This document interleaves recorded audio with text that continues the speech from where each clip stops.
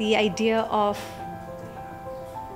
any child graduating believing that they can leave the world with a surplus. Somebody keeps asking, what will they do differently? I don't want them to do anything differently. If they can make a difference, then that's done. So I don't necessarily want them to change the world, but if they can change their world, I think that'll be a pretty cool citizen to have in the world. So what is this I can magic formula? 4 simple steps. Feel, imagine, do, and share. Design thinking. It's what children naturally do. Okay, and what we've just done is captured it.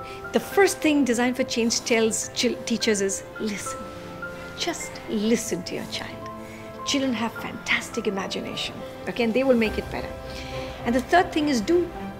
The third step, now you've felt and you've imagined, now go and do it. Our children are not often told that they can take the action.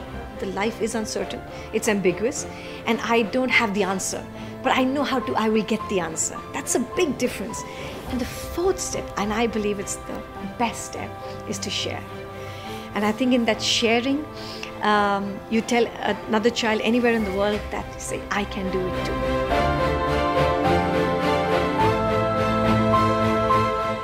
I remember as a student being very passive in the class, right? I mean, I remember my teachers would walk in and have a transaction with me, right? And the transaction was more a monologue than a conversation.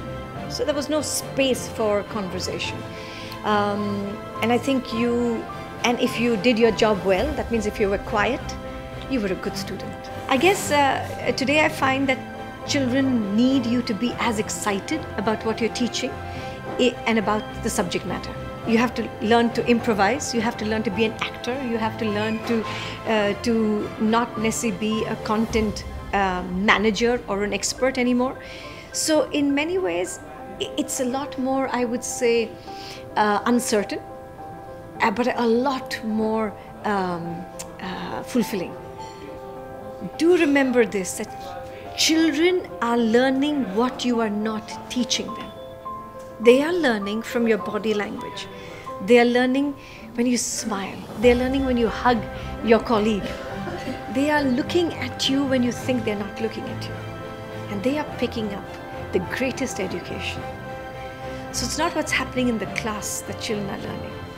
They're learning in the corridors of your class. They're learning when they see 2 teachers talking. Are they talking about education at children, or are they bitching about each other? They're picking all of that up. This is not rocket science. This is not difficult. Go into a class and smile and watch the magic start.